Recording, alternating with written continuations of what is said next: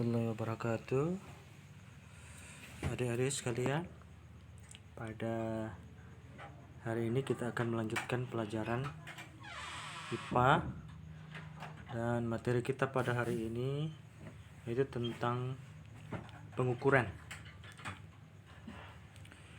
Nah, dalam materi pengukuran ini ada beberapa poin yang akan kalian ikuti, yaitu yang pertama tujuan pembelajaran, kemudian ada video tentang pengukuran, yang berikut pengertian pengukuran, hal-hal yang dapat diukur, dan yang terakhir adalah kegunaan satuan baku dalam pengukuran. Yang pertama, tujuan pembelajaran kita pada hari ini yaitu yang pertama menjelaskan pengertian pengukuran, menyebutkan hal yang dapat diukur, besaran dan dapat diukur, tidak dapat diukur, bukan besaran, membandingkan satuan baku dan tidak baku, memahami kegunaan satuan baku dalam pengukuran, mengkonversi satuan dalam sistem internasional. Untuk video nanti saya akan kirimkan setelah tayangan ini. Yang pertama, pengertian pengukuran. Pengukuran dapat diartikan sebagai kegiatan mengukur suatu besaran dari objek atau benda. Pengukuran sebagai bagian dari pengamatan, ya. Kalau dilihat dari peta konsep ini, ya, di sini ada metode ilmiah. Metode ilmiah terdiri dari pengamatan, inferensi, komunikasi. Nah, pengukuran ini merupakan bagian dari pengamatan. Yang berikut, hal-hal yang dapat diukur dan tidak dapat diukur, ya. Kalau yang dapat diukur namanya besaran, dan tidak dapat diukur namanya bukan besaran. Contoh, ya, ada seekor kelinci. Hal apa dan besaran apa yang dapat diukur dari kelinci tersebut? Nah, yang dapat diukur yaitu panjang telinganya, jarak loncatannya, frekuensi menarik nafasnya tiap menit. Tentu saja ada hal-hal yang tidak dapat diukur atau bukan besaran dari kelinci tersebut. Contohnya warna. Warna tidak dapat diukur. Baunya tidak dapat diukur. Kasih sayang terhadap anaknya tidak dapat diukur. Takut terhadap anjing dan lain-lain. Nah, yang berikut, satuan baku dalam pengukuran, mengkonversi satuan dalam sistem internasional. Nah, coba perhatikan, ada seseorang yang sedang mengukur sebuah meja dengan menggunakan jengkal, ya. Misalnya ada 3 teman melakukan pengukuran panjang meja yang sama, tetapi dengan jengkal masing-masing. Nah, hasilnya tentu berbeda. Adrian dengan mengukur meja itu panjangnya 6 jengkal. Edo 5,5 jengkal. Sementara Emi itu 7 jengkal. Padahal yang diukur adalah meja yang sama. Mengapa hasil ketiga pengukuran itu berbeda? Sekarang bayangkan apa yang terjadi jika setiap pengukuran di dunia ini menggunakan satuan yang berbeda-beda. Misalnya jengkal. Ketika kamu memesan baju ke penjahit dengan panjang lengan 3 jengkal, kemungkinan besar hasilnya tidak akan sesuai dengan keinginanmu. Mengapa? Karena penjahit itu menggunakan jengkalnya.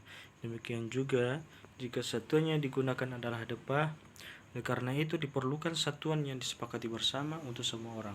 Satuan yang disepakati ini disebut satuan baku, ya. Contoh satuan tidak baku, ya. Nih. Mengukur dengan jengkal, mengukur dengan depah. Ini tidak bisa dijadikan sebagai alat ukur, ya. Akan berbeda antara yang satu dengan yang lain. Contoh satuan baku, ya. Mungkin kamu pernah mendengar satuan sentimeter, kilogram, dan detik. Satuan-satuan tersebut adalah contoh satuan baku dalam sistem internasional.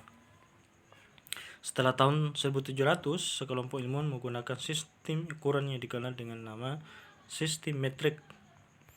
Pada tahun 1960, sistem metrik dipergunakan dan diresmikan sebagai sistem internasional. Penamaan ini berasal dari bahasa Prancis, Le Système International des Units.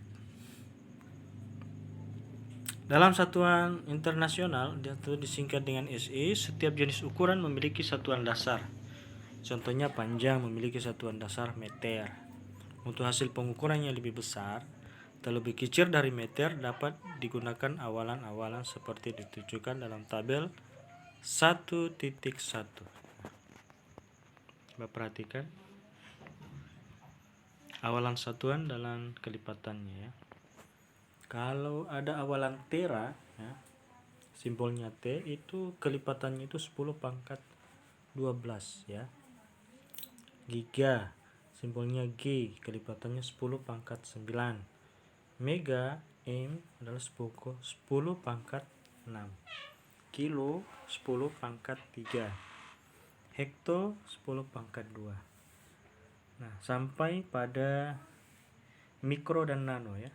Mikro dan nano itu 10 pangkat negatif 6. Nano 10 pangkat negatif 9.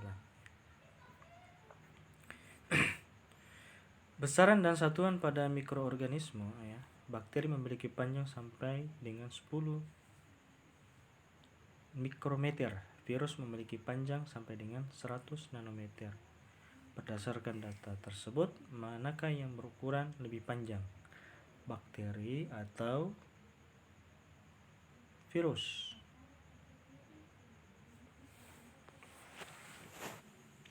Ya, tentu yang paling panjang adalah bakteri ya. Bakteri mikrometer. Nah, bagaimana dengan pengukuran jarak pada benda langit?